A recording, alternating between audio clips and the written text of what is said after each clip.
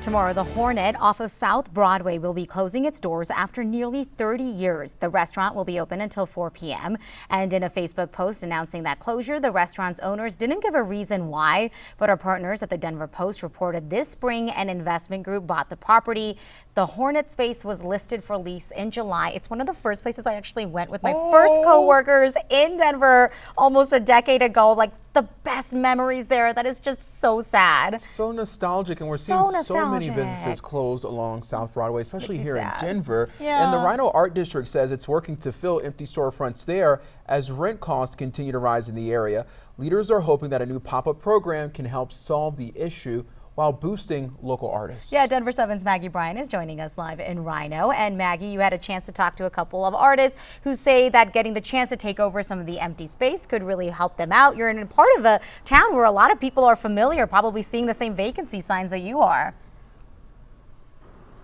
Yeah, good morning, guys. Empty spaces are not hard to find here along Walnut Street and RiNo. Signs like these ones available for lease pretty much dot a lot of storefronts along this street. So the RiNo Art District tells me they're hearing from property owners who say they're having a lot of trouble keeping their spaces full, but they're also hearing from business owners and local artists who are having trouble affording rent. So this new pop-up program is kind of their way to solve both of those issues at the same time. That first pop-up is coming to 2601 Walnut Street. 5 local artists will get a $1,500 stipend and a few months of free rent here to set up installations and their artwork.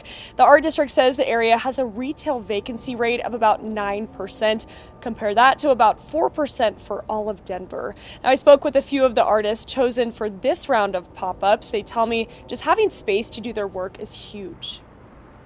Looking for other studio spaces in Denver is really difficult. It's minimum $500 a month extra rent on top of already skyrocketing rent prices everywhere else. And for $500, you get a little cubicle. And that works for some people. It doesn't work for my practice.